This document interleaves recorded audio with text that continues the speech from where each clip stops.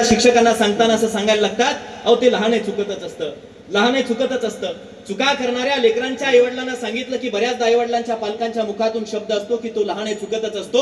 आणि तुम्हाला सगळ्यांना सुद्धा चुका करताना असं वाटत असतं आम्ही लहान आहेत, लहान वयातच चुका करायच्या असतात. पण तुम्हा सगळ्यांना मला या कार्यक्रमाच्या निमित्तानं हा प्रश्न विचारायचा आहे. सगळ्यात पहिल्यांदा लहानपणाचा तो भाव तुमच्या अंतःकरणातून गळून गेला पाहिजे आणि आपण आपल्या अंतःकरणाला प्रश्न विचारला पाहिजे की वयाच्या 16व्या वर्षी संस्कृतातलं सगळं ज्ञान प्राकृतात माय भाषेत मराठीत आणणाऱ्या आणि अमृतात ही पैजा जिंके ऐसे अक्षरे रसिक मिळविन असं म्हणत ज्ञानेश्वरीची निर्मिती करणाऱ्या त्या माऊली ज्ञानोबांचं वय लहान नव्हतं का, हा प्रश्न कधीतरी अंतःकरणाला विचारला पाहिजे. विद्यार्थी माझ्या बंधू भगिनींनो, तुम्ही तर किती लहान आहेत. तुमच्यापेक्षा सुद्धा लहान असणारी अगदी 6-7 वर्ष वय असेल त्या चिमुरड्या मुक्ताईचं, आपल्या शेजारी जवळच आपेगाव नावाचं गाव आहे, तिथं जन्मलेली ही सगळी भावंड. 6-7 वर्षाची चिमुकली मुक्ताई किती लहान असेल, बोबड्या बोलत असेल.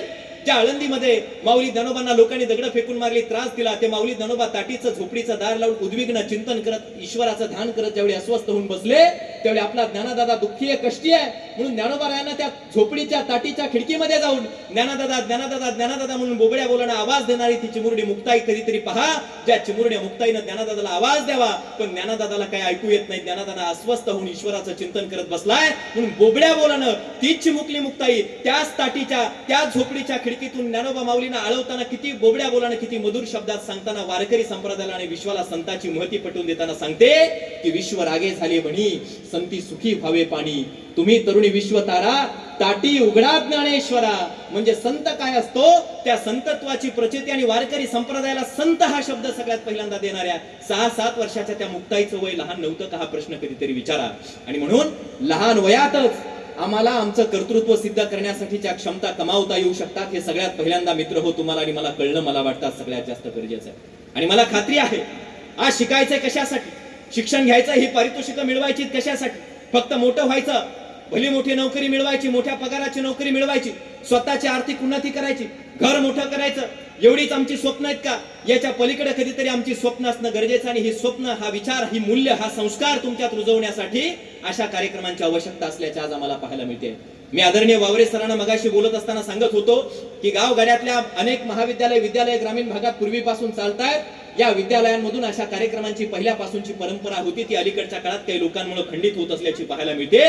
परंतु तुम्ही विद्यार्थ्यांच्या कलागुणांना वाव देणारी ही परंपरा कायम करतायत, याबद्दल तुमच्या महाविद्यालयाचं खरंच करावं तेवढं कौतुक मला वाटतं या कार्यक्रमाच्या निमित्तानं कमी आहे. कारण असे कार्यक्रम जर झाले, अशा विचारांचे सोहळे जर संपन्न झाले, ही वैचारिक परंपरा जर अशीच आबासाहेबांनी लावलेल्या रोपट्याची जर अशीच परंपरा अव्याहतपणे सुरू राहिली, तर मला खात्री आहे या मातीतून शिकलेली तुमची ही पोरं उद्या अमेरिकेमध्ये नोकरीला जातील, भविष्यात लंडनमध्ये नोकऱ्या करतील, परदेशात नोकऱ्या करतील. लोकही परदेशात नोकऱ्या बऱ्याचदा आम्ही करताना पाहायला मिळत आहेत. पण दुर्दैवाची एक गोष्ट आहे, परदेशात नोकरी करायला जाणारी ही लोक प्रचंड पैसा कमवतायत, पण परत येताना त्यांच्या हातात एक चुकीची गोष्ट असते, दारूची बॉटल घेऊन परदेशात शिकायला गेलेली लोक येतात. पण तुमच्या महाविद्यालयात हा विचारांचा वृक्ष जर असाच अव्याहतपणे सुरू राहिला तर तुमची ही लेकरं शिकायला परदेशात जातील, परदेशात नोकऱ्या करतील, पण परत येताना त्यांच्या हातात दारूची बॉटल नसेल तर मला खात्री आहे परत येताना तुमच्या महाविद्यालयातलं एखादं लेकरू अमेरिकेत लंडनला गेलं तर तिथून परत येताना त्याच्या खांद्यावर या देशाचा तिरंगा ध्वज आणि गळ्यात एखाद्या ऑलिम्पिकच्या मेडलचं पदक गळ्यामध्ये घेऊन हे लेकरं या मातीत परत आल्याशिवाय राहणार नाही. आणि ती परंपरा देण्याचं काम, तो विचार देण्याचं काम, तो संस्कार रुजवण्याचं काम तुमच्या या संस्थेतून होतं. याबद्दल तुम्ही सगळेजण मित्र हो भाग्यवान आहेत, याचं मी खऱ्या अर्थानं कौतुक तुमचं या निमित्तानं करेल. मला आवर्जून तुम्हाला हे सांगायचं आहे, विद्यार्थी जन हो, माझ्या तुम्ही बंधू भगिनींनो, आयुष्यामध्ये लहानाचं मोठं होत असताना तुम्ही भले इथं असाल, भविष्यात या शाळेतून बाहेर जाल, तुम्ही ज्या बेंचवरती बसायचे, ज्या खोलीत बसायचे, ती वर्ग खोली, तो बेंच इथंच राहणार आहे. तुमच्या भावना कुठेतरी या मातीशी, या विद्यालयाशी जोडल्या गेलेल्या आहेत, तुमच्या आईशी, तुमच्या कुटुंबाशी, या परिसराशी जोडल्या गेलेल्या आहेत, हे लक्षात ठेवा. आणि म्हणून परदेशात किंवा बाहेरच्या जिल्ह्यात, बाहेरच्या शहरात इथून पुढे तुम्ही जेव्हा जाल, तुम्ही तुमच्या या मातीनं दिलेल्या संस्कार आणि तो विचार कधीतरी तुम्हाला सोबत घेऊन जाता येणं गरजेचं आहे. साने गुरुजींचं नाव तुम्ही ऐकलंय का? साने गुरुजी गुरुकुल पद्धतीत शिकायचे, पुण्यामध्ये शिकायला होते, गाव दूर आहे, आई एकटी घरी आहे, साने गुरुजी तिथं शिकायला गुरुकुल पद्धती. आता तरी तुम्हाला सगळं वसतिगृहात जेवायला वगैरे मिळते. साने गुरुजींच्या काळात त्या शाळेमध्ये शिकायचं, दिवसभर गुरुकुल पद्धतीत राहायचं. आणि पोटाची भूक कशी भागवायची, तर त्या विद्यार्थ्यांना पुण्यातल्या साने गुरुजींच्या सोबतच्या सगळ्या विद्यार्थ्यांना एक घर ठरवून दिलेलं असायचं. त्या घरी त्यांनी जायचं, भिक्षा मागायची आणि मधुकरी तिला म्हणायचं, मधुकरी भिक्षा मागायची आणि जे काही मिळेल ते घरी घेऊन यायचं आणि तेवढ्यातच स्वतःचं पोट भागवायचं आणि शाळा शिकायची, अशी पद्धत होती. आणि एके दिवशी साने गुरुजींना ठरवून दिलेलं घरच बंद आहे आणि मग भिक्षा मागायची कुणाकडे? दुसऱ्या घरी तर भिक्षा मागायला जाता येत नाही, पोटात भूक आहे. साने गुरुजींच्या अंतःकरणात प्रश्न निर्माण झाला, अरे आता भूकेचे कवळे पोटात ओरडतात, आता जगायचं कसं? शाळेत शिकायचंय, पोटाची भूक भागवायची आहे आणि घर मात्र बंद आहे. साने गुरुजी उद्विग्न अस्वस्थ होऊन एका त्या घराच्या शेजारी असलेल्या मंदिरात, पांडुरंगाच्या मंदिरात येऊन बसले. मंदिरात त्या विठ्ठलाच्या मूर्तीच्या समोर 5 रुपयाचा रोकडा कुणीतरी देवाला असा ठेवलेला होता. मनात त्यांचा प्रश्न निर्माण झाला, त्या देवाच्या मूर्ती समोर ठेवलेला तो 5 रुपयाचा रोकडा उचलावा, चणे फुटाने विकत घ्यावेत आणि स्वतःच्या पोटाची भूक भागवावी का? साने गुरुजी उठले आणि तो 5 रुपयाचा रोकडा उचलायला गेले की त्यांच्या काळजात, त्यांच्या अंतःकरणात, त्यांच्या डोळ्यात आवाज आला त्यांच्या आईचा. साने गुरुजींच्या कानात आईचा आवाज गुंजला की बाळ श्याम, तू कधी चोरी करू नयेस, हा संस्कार तुझ्या आईनं तुला दिलाय, तू संस्कार तो विसरतोयस. साने गुरुजींनी त्या 5 रुपयाला हात सुद्धा लावला नाही. दिवसभर साने गुरुजी उपाशी पोटी राहिले, पण कुणाच्या 1 रुपयाला सुद्धा रस्त्यावरती पडलेला त्यांनी हात लावला नाही. हा संस्कार जो साने गुरुजींच्या अंतःकरणात त्यांच्या आईला दिलेला बाहेर जाऊन सुद्धा त्यांच्या कानावरती गुंजला. तो संस्कार आणि तो विचार, इथून तुम्ही ज्यावेळी बाहेर असाल त्यावेळी तुमच्या आईने आणि तुमच्या शिक्षकांनी या मातीनं रुजवलेला तो संस्कार तुमच्या कानावरती जर आला तर मला वाटतं कदापि कुठल्या चुकीच्या दृष्टीने आणि चुकीच्या गोष्टीला तुमचा हात लागणार नाही, हे लक्षात ठेवावं लागेल. आज ज्यावेळी माझ्यासारखा तरुण एखाद्या महाविद्यालयात जातो, एखाद्या बाहेर परिसरात जातो, त्यावेळी विद्यार्थ्यांची आणि पालकांची सगळ्यात मोठी अडचण जर काय असेल तर हल्ली तुमच्या माझ्या हातात आलेला हा मोबाईल फोन आमच्या पिढीची आज सगळ्यात मोठी अडचण होत असल्याचे आम्हाला पाहायला मिळते. तुम्हाला प्रत्येकाला येणारा प्रत्येक वक्ता मोबाईलच्या बाबतीत बोलून जात असेल, पण ते सांगणं सगळ्यात जास्त गरजेचं आहे. त्याचे फायदे सुद्धा आहेत आणि त्याचे तोटे सुद्धा आहेत, हे तुम्ही लक्षात ठेवावं लागेल मित्रांनो. आमच्या बघा पूर्वी काय होतं, बोलतो आपण ओठानं, आमच्या ओठावरचं बोलणं मोबाईल नावाच्या एका गोष्टीमुळे बोटावरती आलंय की नाही मला सांगा? बोटाच्या एका क्लिकनं आज पूर्ण व्यक्त होत असल्याची लक्षात यायला लागतात. हाय, हॅलो, हाव आर यू, कशावरती होतंय सगळं व्हॉट्सअपवरून. वडिलांना समोरासमोर बोलणारी, आईला समोरासमोर बोलणारी तुमची आमची क्षमता आता कमी झाली आहे. मला सांगा, पूर्वी सर आमच्या तुमच्या काळामध्ये कदाचित एखादं लेकरू घरामध्ये असेल, आई शेतामध्ये गेलेली असेल आणि शेतातून सकाळच्या वेळेला गेलेली आई आणि लेकरू शाळेत गेलाय, शाळेतून घरी आलंय, घरी आलेलं लेकरू आई शेतातून कधी येते याची वाट बघत बसायचं आणि शेताकडे आईच्या त्या रस्त्याकडे त्या लेकराचे डोळे लागलेले असायचे. डोक्यावरती टोपली घेऊन, डोक्यावरती ती पाटी घेऊन आई ज्यावेळी यायला लागायची, सूर्य मावळतीला असायचा. मावळतीला असणाऱ्या त्या सूर्यासोबत आईची सावली अशी जराशी दिसली की ते लेकरू इतक्या वेगाने त्या आईच्या दिशेने धावत धावत धावत धावत जायचं. पायात काटा मुडेल, रस्त्यावरचा एखादा दगड पायाला ठेचकाळेल याची सुद्धा पर्वा न करता धावत जाणार ते लेकरू आईला करकचून मिठी मारायची. आई त्याला कडेवरती उचलून घ्यायची आणि घरात घेऊन यायची. आज त्या आईला मिठी मारणारे लेकरू कधी आम्हाला दिसतोय का? आज बापाला मिठी मारणारा ते लेकरू आणि तुमच्या पिढीतला तो पोरगा आम्हाला कधीतरी दिसतोय का? मग हे नेमकं का झालंय? तर आमचा आई वडिलांशी असलेला संवाद कुठेतरी कमी झालाय. माझ्या विद्यार्थी मित्रांनो, तुम्हाला तो संवाद कुठेतरी वाढवणं सगळ्यात जास्त गरजेचं आहे. भावना ही आमच्या जगण्याची अभिरुची आहे. आज आमच्या भावना मोबाईल सारख्या गोष्टीमुळे मरू पाहत असल्याचं तुम्हाला आणि मला पाहायला मिळत आहेत. मोबाईलमुळे काय होतं, इथून घरी गेले की आई वडिलांचा मोबाईल हातात घ्यायचा, मोबाईलवरती नको त्या गोष्टींमध्ये अतिरिक्त वेळ खर्च घालायचा, ही परंपरा आज आम्हाला पाहायला प्राप्त होत असल्याचे लक्षात येत आहे. कोविडची परिस्थिती आली, कोविडमध्ये तर सगळं मोबाईलवरती शिक्षण झालं आणि त्या काळात तुमच्या हातात मोबाईल आले. पालकांना सुद्धा वेळ मिळाला नाही की आपलं लेकरू मोबाईलवरती अभ्यासच करतंय की अजून काय करतंय.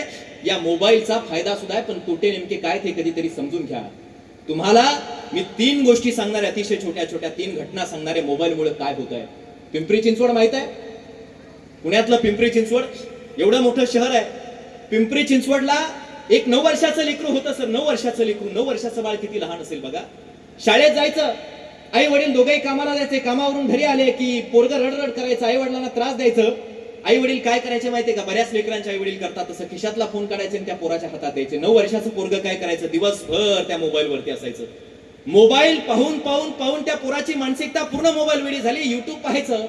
9 वर्षाच्या त्या पोराच्या एके दिवशी चुकून युट्यूब वरती हाऊ टू सुसाइड म्हणजे आत्महत्या कशी करावी हा व्हिडिओ पाहण्यात आला सर.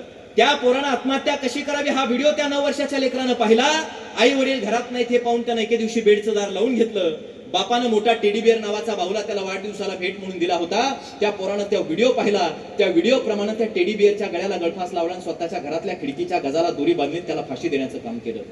ते पोरगं रडायला लागलं. त्याला वाटलं माझा टेडी बिअर आत्महत्या करून मेला. ते पोरगं अस्वस्थ झालं. मानसिकतेवर मोबाईलमुळे परिणाम झाला. त्याच पोरानं त्याच बेडरूम मध्ये त्याच खिडकीच्या गजाला गळफास लावून स्वतःच्या गळ्याला दोरी लावली आणि आत्महत्या केली. ही सत्य कथा आहे. ते पोरगं मोबाईल पाहून पाहून मानसिक रुग्ण झालं आणि स्वतःच्या गळ्याला गळफास लावून आत्महत्या करत झालं. आळंदीतला 10वीला 91% जास्त गुण असलेलं एक पोरगं केवळ उन्हाळ्याच्या सुट्ट्यामध्ये मोबाईल सारख्या कारणामुळे वडिलांसोबत वाद घालता झाला आणि गळ्यात गळफास लावून आत्महत्या करता झालं. अरे ज्या बापाला आधार ज्या लेकरांना द्यायचा असतो, ज्या लेकराच्या डोळ्यामध्ये बापाला त्याचा आधार भविष्याचा दिसायचा, त्याच बापाच्या खांद्यावरती 10वीला 91% गुण असलेल्या पोराची जर प्रेत यात्रा निघत असेल तर त्या बापाची यातना त्या बापाच्या काळजाला काय असतील याचा विचार सुद्धा आज तुमची आमची पिढी करत असल्याची पाहायला मिळते. याच्या पुढे जाऊन आपल्या छत्रपती संभाजीनगरमध्ये एका इंग्लिशच्या प्राध्यापकाचा मुलगा होता. सत्य कथा आहे त्या. इंग्लिशच्या प्राध्यापकाचा मुलगा आहे आणि तो पोरगा आई वडिलांना वेळ नाहीये, लाडाचं पोरग, ते पोरग फक्त मोबाईल पाहायचं, आल्या गेलेल्या पाहुण्यांसमोर वेळ देत नसायचं, फक्त मोबाईल पाहायचं, मोबाईल वरती युट्यूब वरती क्राईम फाईल्स पाहायचं. बऱ्याच लोकांना बघा आता सिरियल सुद्धा पालकांना क्रिमिनल सिरियल पाहायची सवय लागली. त्या खून कसे होतात, दरोडे कसे पडतात, गुन्हेगारी कशी होते, हे सगळं क्राईम ज्या माध्यमातून दिसतं ते पाहायची सवय अलीकडच्या पालकांना आणि विद्यार्थ्यांना आहे. ते पोरग फक्त क्राईम व्हिडिओ त्या युट्यूब वरती पाहायचं, बाप त्याच्यावरती रागवायचा. एके दिवशी आलेल्या पाहुण्याने विचारलं पोरग काय करतंय, बापानं त्याचा अपमान केला, फक्त क्राईम फाईल पाहताय, मोबाईल पाहताय म्हणून. पोरग गुन्हेगारी मानसिकतेचं झालं व्हिडिओ पाहून पाहून. बापाचा राग त्या लेकराला आला, तुम्हाला सत्य वाटणार नाही, ही सत्य कथा आहे. बापाचा राग मनामध्ये धरला त्या गुन्हेगारी मानसिकतेच्या पोरानं मोबाईलमुळे झालेल्या. आणि एके दिवशी वडील पलीकडे पाहतात हे पाहून व्यायाम करायचे डंबेल्स घरामध्ये असतात ना, व्यायाम करण्याचे डंबेल्स, असे व्यायाम करायचे डंबेल्स उचलले आणि बापाची कवटी फुटेपर्यंत बापाच्या डोक्यावरती मारले आणि बापाची हत्या करण्याचं काम त्या पोराने केलं. ही सत्य कथा आहे. अशा घटना या महाराष्ट्राच्या मातीमध्ये घडत असल्याच्या मोबाईल सारख्या गोष्टीमुळे आम्हाला पाहायला मिळत आहेत. पुण्यामध्ये मुक्तांगण नावाची संस्था आहे. त्या मुक्तांगण नावाच्या व्यसनमुक्ती केंद्रामध्ये पूर्वी दारूचं वेगवेगळ्या व्यसनांचं व्यसन असलेली लोक पाहायला मिळायची. आता त्या मुक्तांगण नावाच्या संस्थेमध्ये कधीतरी जर जाऊन पाहिलं तर त्या मुक्तांगण नावाच्या संस्थेमध्ये एक स्वतंत्र कंपार्टमेंट आहे आणि ज्या कंपार्टमेंटमध्ये आज मोबाईलचं व्यसन असलेली पोरं, लहान पोरं कोंडल्याच्या मला पाहायला मिळत आहेत. मग मोबाईल ही आमच्यासाठी व्यसन का होतं याचा विचार कधीतरी करावा लागेल. मी मोबाईलवरती बोललो मंगळवेढ्याला व्याख्यानामध्ये सोलापूर जिल्ह्यातल्या त्या लोकांनी मला वर्तमानपत्रातली एक बातमी आणून दाखवली, न्यूजपेपर मधली. ती बातमी पाहिली आणि मला हसावं की अस्वस्थ व्हावं हे कळेना. ती बातमी अशी होती की मध्ये पबजी नावाचा गेम आला होता. पबजी, पोरं पबजी मध्ये एवढी मशगूल झाली होती, कुठल्याही चव्हाट्यावर ओट्यावर जर पाहिलं तर पोरं नुसती पबजी नावाचा गेम खेळत असल्याची पाहायला मिळायची. ही लहान लहान लेकरं पबजी खेळायची. पबजी नावाचा गेम आला होता. त्या बातमी अशी होती की सोलापूरचं एक पोरग पबजी नावाचा तो गेम खेळत खेळत सोलापूर पासून टेंभुर्णी पर्यंत चालत कधी गेलं हे त्याचं त्याला कळालं नाही. हे वास्तव आहे. आम्हाला हसू येईल पण हे वास्तव, ही अस्वस्थता, हे समाजातलं चित्र आज मोबाईल सारख्या गोष्टीमुळे निर्माण होत असल्याचं पाहायला मिळत आहे. मोबाईलमुळे एवढंच होतं अशातला भाग नाही. केरळाच्या एर्नाकुलम नावाच्या रेल्वे स्थानकावरती मित्रांनो के श्रीनाथ नावाचं एक पोरग होतं. के श्रीनाथ कुलीचं काम कळतं का? कुलीचं काम करायचं, लोकांची बोचकी डोक्यावरती वाहून न्यायचं. लोक 10, 20, 5, 50 रुपये द्यायची, ते घ्यायचं आणि लोकांची बोचकी डोक्यावरती वाहून ते के श्रीनाथ नावाचं पोरग न्यायचं. आली गेलेली लोक म्हणायची काय करतोयस, कानात हेडफोन असायचे, ते म्हणायचं मी काम करतोय आणि हेडफोन वरती ऑडिओ बुक्स ऐकतोय. काय ऐकतोयस तर तो पोरगा के श्रीनाथ लोकांना सांगायचा केपीएससी ची तयारी करतोय. महाराष्ट्रामध्ये जशी एमपीएससी नावाची परीक्षा असती तसं के श्रीनाथ नावाचा पोरगा म्हणायचा की KPSC, Kerala public service commission नावाच्या परीक्षेची तयारी करतोय. लोक हसायची, अरे कुलीचं काम करायचं आणि मोबाईल वरती ऑडिओ बुक्स ऐकत केपीएससी ची तयारी कोण करतं का? ते पोरग लोकांच्या हसण्याकडे दुर्लक्ष करायचं आणि केपीएससी ची तयारी करणार ते पोरग संध्याकाळच्या वेळेला घरी गेल्यानंतर ऑडिओ बुक्स मध्ये पडलेले प्रश्न गुगल वरती, युट्यूब वरती शोधायचं. मोबाईलचा याच्या पलीकडे दुसरा कुठलाही उपयोग करत नसायचं. लोकांना वाटेल, चुकीचं वाटेल, लोकांना योग्य वाटणार नाही, लोकांना कदाचित ही खोटी गोष्ट वाटेल, पण ही सत्य कथा आहे. वर्तमानपत्रात कधीतरी जाऊन वाचा. तो के श्रीनाथ नावाचा पोरगा मोबाईल वरती अभ्यास करून करून केपीएससी ची परीक्षा तर उत्तीर्ण झाला, पण देशातली सगळ्यात मोठी असणारी यूपीएससी नावाची परीक्षा सुद्धा तो के श्रीनाथ नावाचा पोरगा मोबाईल वरती अभ्यास करून उत्तीर्ण झाला. हे होऊ शकतं. आमच्या बीडचा एक पोरगा आहे, तुमच्यासारखाच आहे, 12वीच्या वर्गात शिकणार. आई लोकांच्या घरी धुण्या भांड्याची कामं करते. घरात वडील नाही आहेत, वडिलांचं निधन झालेलं, 18 विश्व दारिद्र्य आहे, एक वेळच्या अन्नाची भ्रांत आहे. पोरगा 12वीला गेले, आईच्या जवळ गेला, आईला हात जोडले, आईला म्हणाला आई मला माहिती आहे तू प्रचंड कष्ट करतेस, आई पण मला डॉक्टर व्हायचं आणि डॉक्टर होण्यासाठी लावायला क्लासला लावण्यासाठी 4-5 लाख रुपये आपल्याकडे नाहीयेत. आई मी कसा डॉक्टर होऊ, मला शिकायचं आहे. आईला ते पोरगा म्हणता एक काम करशील का, मला फक्त 5-6 हजार रुपयाचा एक मोबाईल फोन घेऊन देशील का? आईच्या काळजात सर होतं, कारण 5-6 हजार कमवायला आईला कितीतरी दिवस लोकांच्या घरी धुण्या भांड्याची कामं करावी लागतात. आईला वाटतं या पोराला कसा मोबाईल घेऊन द्यायचा. आईनं इतरांच्या घरी 2-3 महिने काबाड कष्ट करावेत, लोकांच्या घरी धुण्या भांड्याची कामं करावीत, पडेल ती कामं करावीत आणि आईनं त्या पोराला 5-6 हजाराचा मोबाईल फोन घेऊन द्यावा. त्या 5-6 हजाराच्या फोनवरती पोरांना दिवसाची रात्र एक करावी आणि पोरगा त्या मोबाईल फोनच्या साह्यानं फक्त अभ्यास अभ्यास आणि अभ्यासच करावं. त्या लोकांच्या घरी धुण्या भांड्याची कामं करणाऱ्या लेकरानं मोबाईल फोनवरती अभ्यास करून करून त्या पोरानं फिजिक्स सारख्या अवघड विषयामध्ये आमच्या जिल्ह्यात पहिला नंबर त्या पोराचा आला. आज 5 वर्ष उलटलीत. 5 वर्षाच्या पाठीवरती ते पोरग आपल्या धुण्या भांड्याची कामं करणाऱ्या आईच्या समोर असा कोट घालून MBBS डॉक्टर म्हणून उभा आहे. मला सांगा त्या आईला किती अभिमान वाटत असेल. त्या आईचं सोडा, त्या आईनं घेऊन दिलेल्या 5-6 हजार रुपयाच्या मोबाईल फोनला सुद्धा त्या लेकराचा अभिमान वाटला असेल. असं कर्तृत्व आपल्याला आज करता येणं गरजेचं आहे. नाहीतर फक्त दिवस उजाडला आणि फेसबुक वरती पोस्ट करायचे, इंस्टाग्रामवर पोस्ट करायचे आणि त्याला किती लाईक्स मिळाल्या याच्यावर आपल्या यशाचं मोजमाप करणारी पोरं आणि तुम्ही आम्ही आज समाजात आम्हाला सर्रासपणे दिसून यायला लागतोय. आणि म्हणून कधीतरी आपल्या अंतःकरणाला प्रश्न पडला पाहिजे. आणि जिथं जातो तिथल्या प्रत्येक तरुणांना, विद्यार्थ्यांना मी सांगणं महत्वाचं समजतो की आज आपण मनाला समजावून सांगितलं पाहिजे की आजचा आमचा हा काळ आपल्या स्वतःचे फेसबुक आणि इंस्टाग्रामवरचे लाईक्स वाढवण्यापेक्षा आपल्या स्वतःची लायकी वाढवण्याचा काळ आज आपला आहे. हे तुम्हाला आणि मला समजणं गरजेचं आहे. फक्त दिवस ना रात्र व्हॉट्सअपवरचं स्टेटस आणि तो स्टेटसचा खेळ करण्यापेक्षा आई आणि बापाची इज्जत अशा अभिमानाने मान उंच होईल असं स्वतःचं स्टेटस निर्माण करण्याचा आमचा काळ आहे. स्नॅपचॅटवरती इमेजेसचा खेळ करण्यापेक्षा स्वतःची इमेज वाढवण्याचा आज आमचा काळ आहे. परीक्षा आले की एखाद्या देवाचा उपवास करायचा, देवाला हात जोडायचे, देवाला म्हणायचं मी तुझे एवढे उपवास करेल, सोमवारचा उपवास करेल, मंगळवारचा करेल, मला एवढ्या परीक्षेत एवढे गुण मिळवू दे, अशी पिढी आम्हाला पाहायला मिळते. पण कर्तृत्वावरची विश्वास ठेवत तुम्ही स्वतःच्या मनाला समजावून सांगितलं पाहिजे की माझी 10वीची परीक्षा जवळ आहे, माझी 12वीची परीक्षा जवळ आहे, मी 1 वर्षभर मोबाईलचा उपवास करेल, मी 6 महिने फेसबुकचा उपवास करेल, मी 8 महिने व्हॉट्सअपचा उपवास करेल. हे सांगणारे पालक आणि असे तरुण आज समाजामध्ये निर्माण होणं आम्हाला वाटतं सगळ्यात जास्त गरजेचं आहे. त्या दिशेने आपल्या पावलांचा प्रवास होणं मला वाटतं गरजेचं आहे. आज पालकांना सुद्धा वेळ नाहीये लेकराला जवळ घ्यायला, त्याच्या खांद्यावरती हात ठेवायला आणि त्याला सांगायला की बाळा तुझे आदर्श कोण आहेत. आजच्या पिढीचे तुमचे आमचे आदर्श आज मित्रांनो बदलत असल्याचे पाहायला मिळत आहेत. मला सांगा काय गरज होती आदरणीय आबासाहेबजी काकडे साहेबांना हा शिक्षण संस्थांचा डोलार उभा करण्यापेक्षा एखाद दुसरे प्रचंड मोठाले कारखानदारी तिकडे निर्माण करू शकले असते. शिक्षण संस्थांपेक्षा तिकडं विद्याधरजी काकडे साहेब खंडपीठात वकिली करत बसले असते, कोट्यावधी रुपये कमवू शकत असते. पण त्यांनी या सगळ्या गोष्टींपेक्षा तुमच्या माझ्या शैक्षणिक मूल्यांना का महत्व दिलंय, कारण त्यांचे आदर्श चांगले होते, त्यांचे आदर्श चांगले होते. आज तुमचे आमचे आदर्श कोण आहेत? मला आनंद वाटला तुमच्या त्या शिक्षकांचं कौतुक आहे की ज्यांनी तो गोरा कुंभाराचं हे सादरीकरण या कार्यक्रमाच्या निमित्तानं इथं केले. तुम्ही लेकरांना ते देताय हे कौतुकाचं आहे, तुम्ही लेकरांना ते देताय हे कौतुकाचं आहे. नाहीतर आज पुण्या मुंबईत आणि शहरात जर जाऊन पाहिलं तर स्नेह संमेलनाच्या निमित्तानं तो पुष्पा दाखवल्याशिवाय स्नेह संमेलन कंप्लीट होत नाही ही सत्यस्थिती असल्याची पाहायला मिळते. आणि मग आजच्या पिढीचे आदर्श आमचे ते गोरा कुंभार, संत सावतामाळी, संत तुकोबराय, ते माऊली दणवा असण्यापेक्षा एखाद्या चित्रपटातला पुष्पा आमच्या पिढीचा आदर्श असल्याचं आम्हाला पाहायला मिळतं. लेकरांचे आदर्श कोण आहेत? सर्रासपणे मी जर कार्यक्रमाला गेलो आणि विचारलं अलीकडे कोणता चित्रपट आलाय की पोरं उभा राहतात आणि अभिमानानं सांगतात तो पुष्पा पुष्पा नावाचा चित्रपट आलाय. तो कसा करतो विचारलं की पोरं ते ऍक्शन करून सांगतात की पुष्पा आमचा आदर्श आहे आणि तो पुष्पा झुकेगा नाही साला असं सांगणारा पुष्पा आमची पोरं सर्रासपणे सांगतात. कधीतरी पालकांनी तुम्हाला आणि तुम्ही सुद्धा स्वतःच्या काळजाला सांगितलं पाहिजे की एखाद्या हिंदी पिक्चर मधला तो झुकेगा नाही सालावाला गुन्हेगारी जगतातला काल्पनिक पुष्पाराज तुमचा आदर्श असण्यापेक्षा या महाराष्ट्राच्या मातीतून घोड्यावर बसून दिल्लीश्वर बादशाह औरंगजेबाच्या दरबारात आग्र्याला जाऊन इवल्याशा गोष्टीने स्वाभिमानाला ठेच पोहोचली, अपमान झाला म्हणून औरंगजेबाच्या एवढ्या मोठ्या राज्यावर लाथ मारत भगव्याला सलाम करत माय मराठी महाराष्ट्रात परत येणारे आणि कधीच कुणासमोर न झुकणारे ते छत्रपती शिवाजी महाराज आमचे आदर्श असले पाहिजे. ते शिवाजी महाराज आमचे आदर्श असले पाहिजेत. तो काल्पनिक चित्रपटातला पुष्पा आमचा आदर्श असण्यापेक्षा मरण समोर आलं तरी सुद्धा जो कुणासमोरही झुकला नाही तो छत्रपती शिवपुत्र संभाजी राजा आमचा आदर्श असला पाहिजे. ते डॉक्टर बाबासाहेब आंबेडकर आमचे आदर्श असले पाहिजेत. ही माणसं आज आमच्या समोर आदर्श असणं मला वाटतं सगळ्यात जास्त गरजेचे आहेत.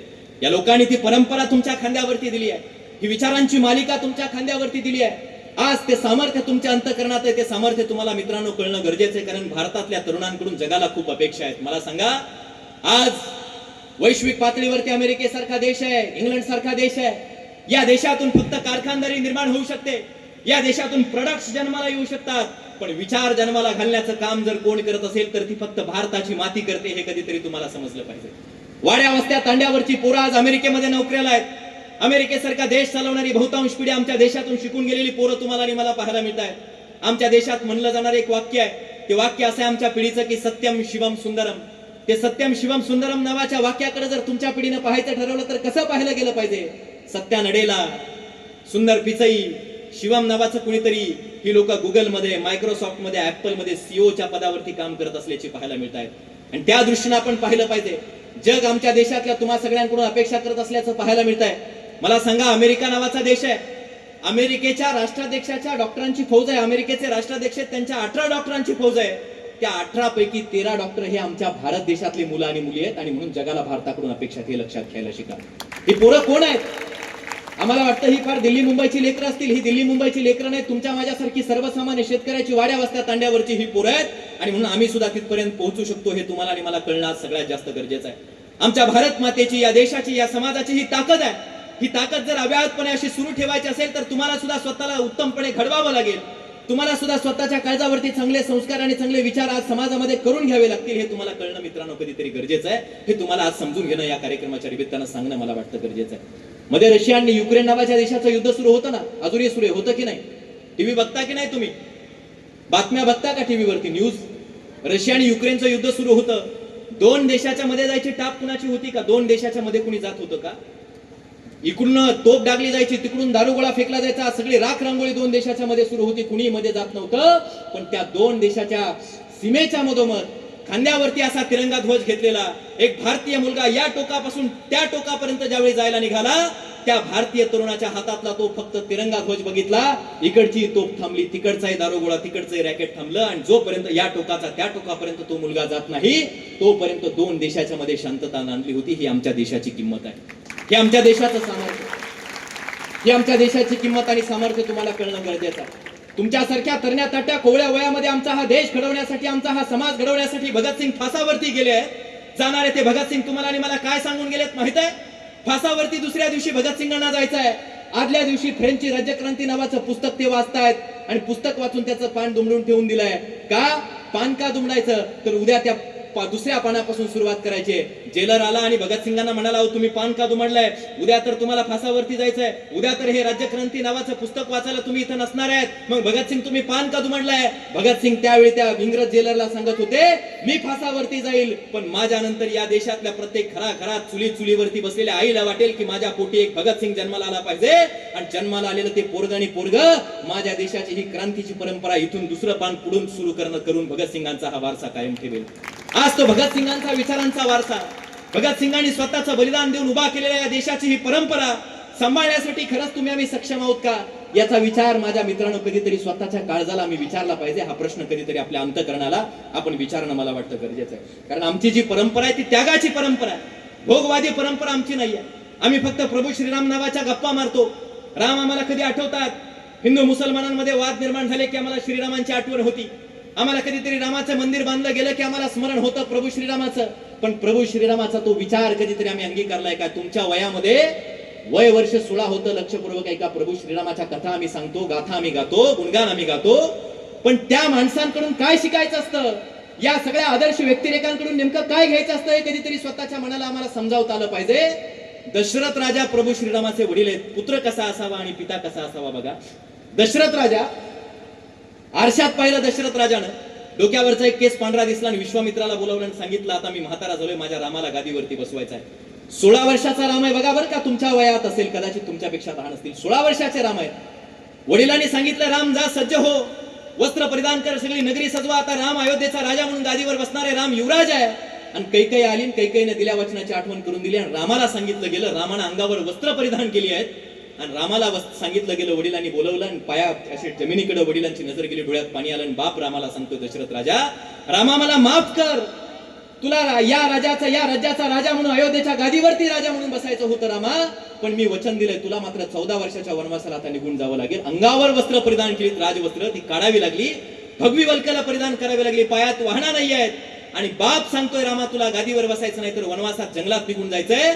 जगातला इतका सर्वोत्तम आणि आदर्श पुत्र बघा, रामानं पायाकडे स्वतःची नजर वळवली, अंगठ्यानं माती उकरत होता, बापाच्या डोळ्यात सुद्धा पाहिलं नाही. तो 16 वर्षाचा राम सांगतोय, हो पिताश्री, मी 14 वर्षाच्या वनवासाला निघून जायला सक्षम आहे आणि तयार आहे. एवढा आदर्श पुत्र जगात कुठे आहे का सांगा? राज्याच्या गादीवरती बसण्यासाठी नको ते प्रकार आज राज्यामध्ये आणि देशामध्ये होत आहेत. पण एका राजगादीला त्याकडून 14 वर्षाच्या वनवासाला राम निघून गेलेत आणि 14 वर्ष वनवासाहून ज्यावेळी परत आले त्यावेळी एक गोष्ट लक्षात ठेवा, श्रीरामाचं सगळं चरित्र तुम्हाला काय शिकवतं माहितीये का? जोपर्यंत राम हे अयोध्येमध्ये होते तोपर्यंत लोक त्यांना युवराज राम म्हणायचे. पण 14 वर्ष वनवास करून राम ज्यावेळी जंगल तुडून अयोध्येत परत आले 14 वर्षानंतर, तेव्हा लोक त्यांना भगवान राम म्हणायला लागले. का?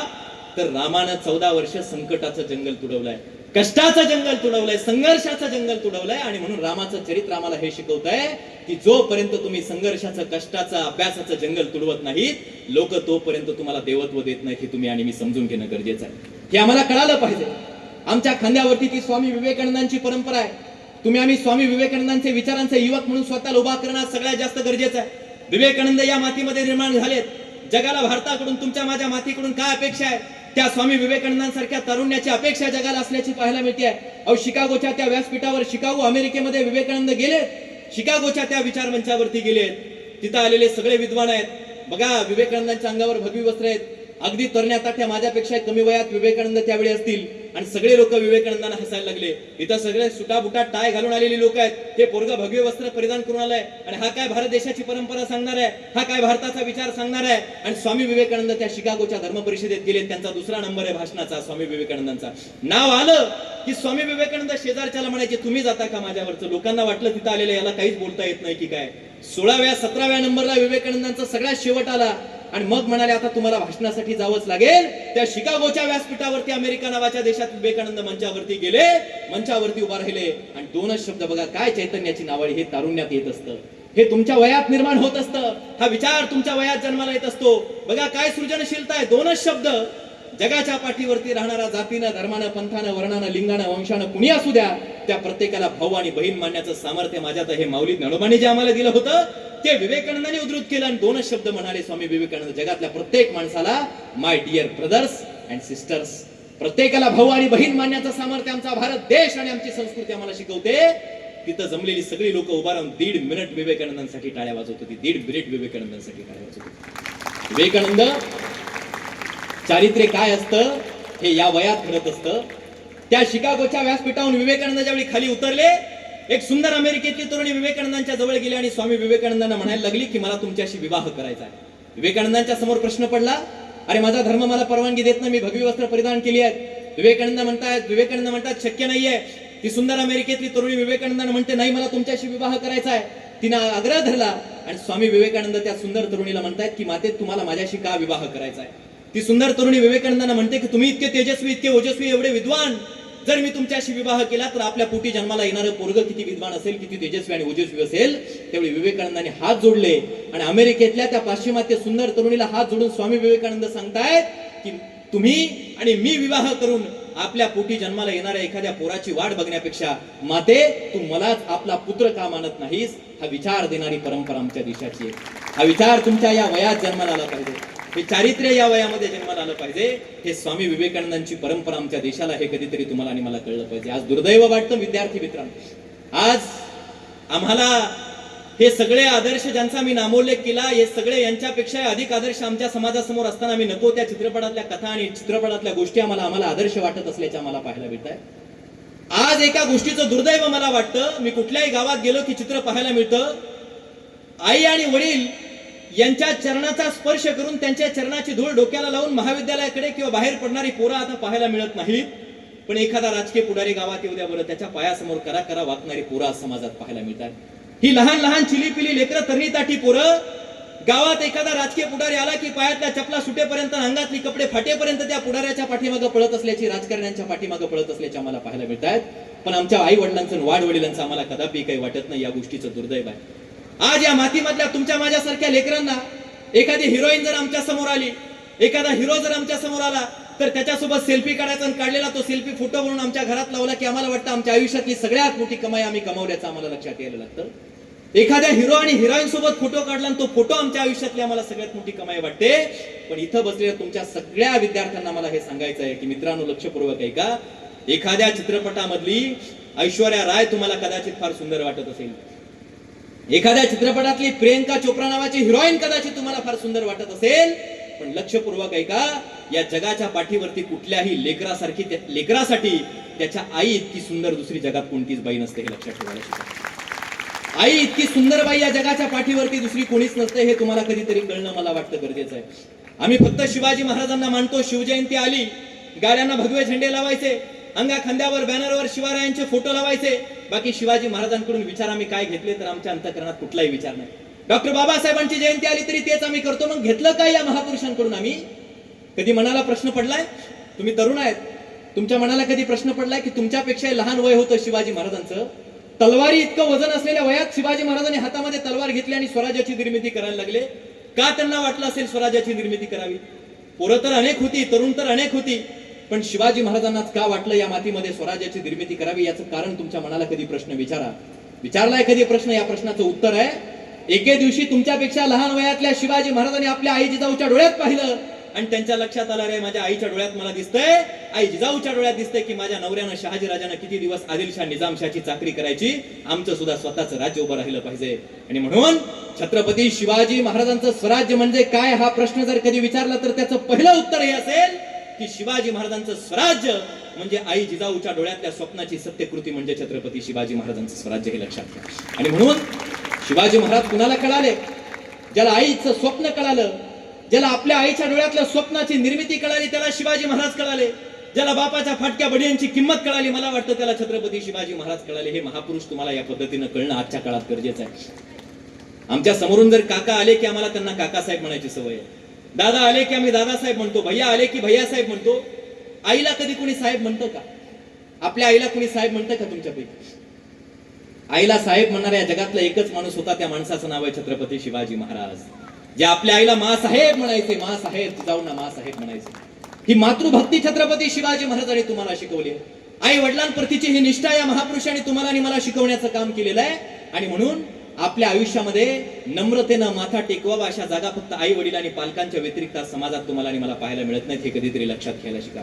विद्यार्थ्यांनो, एक गोष्ट लक्षपूर्वक ऐका, तुम्हाला आता लक्षात येणार नाही, पण मोठे व्हाल, घराचा उमरा ओलांडून बाहेर पडाल तेव्हा लक्षात येईल. पावला पावलावर मग बाहेर लोक भेटतील. प्रत्येकाचा एकच प्रश्न असतो, तुम्हाला बाहेर पडल्यानंतर समाजामध्ये काय कमावलंस, कसं कमावलंस आणि किती कमावलंस. पण एकटी आई असते बघा, तुम्ही इथून शाळेतून घरी गेलात की तुम्हाला प्रश्न विचारते, बाळा आज काय खाल्लंस. याच्या व्यतिरिक्त आईचा कुठलाही प्रश्न नसतो. ही ममता फक्त आईच्या ठिकाणी असते. ही मातृभक्ती फक्त आईच्या प्रती तुमच्या अंतःकरणात निर्माण होणं गरजेचं आहे.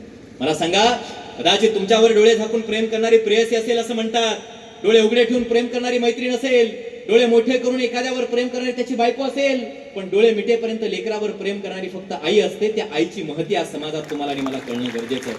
हे लक्षात घ्यावं लागेल. म्हणून फमू शिंदे उगाच लिहित नाहीत की आई म्हणजे काय असते, दुधावरची साय असते, वासराची गाय असते, लंगड्याचा पाय असते. आई असते जन्माची शिदोरी, सरतही नाही आणि पुरतही नाही. ती आई नावाची शिदोरी सोबत घेऊन ज्याला जगणं जमलं ना बाळांनो, त्या माणसानं आयुष्यात खऱ्या अर्थाने यशाला गवसणी घातली आणि तो माणूस मोठा झाला असं मला त्या ठिकाणी वाटतं. बऱ्याचदा एका गोष्टीची खंत वाटते, पोरांना पावलाला पंख, त्यांना पंख फुटले आणि जराशी वाचा आली की लेकरं आपल्या बापाला प्रश्न विचारतात, हो की तुम्ही माझ्यासाठी काय कमावलं. बापाला प्रश्न विचारणारी पोरं आहेत. खाजगीत बऱ्याचदा पोरं बसतात आणि म्हणतात, आमच्या बापानं आमच्यासाठी काय कमावलं, ह्याच्या बापानं हे दिलं, त्याच्या बापानं गाडी त्याला दिली, बंगला कमावला, पण माझ्या बापानं मला काय दिलं. शिवाजी महाराजांच्या वडिलांनी काय दिलं होतं शिवाजी महाराजांना? बंगळूरवरून तुमच्यापेक्षा लहान वयात जिजाऊ मासाहेबांनी हाताला धरलं आणि शिवाजी महाराजांना पुण्यात घेऊन आल्या. बापानं शिवाजी महाराजांच्या काय दिलं होतं? शहाजी महाराजांनी शिवाजी महाराजांना काही दिलं नाही. दोनच गोष्टी दिल्या होत्या. एक, पहिली गोष्ट दिली होती, लक्षपूर्वक ऐका, प्रतिपश्चंद्र रेखे व बर्दिर विष्णू विश्ववंदिता शाह सुनो शिवशेषाय मुद्रा भद्राय राजते.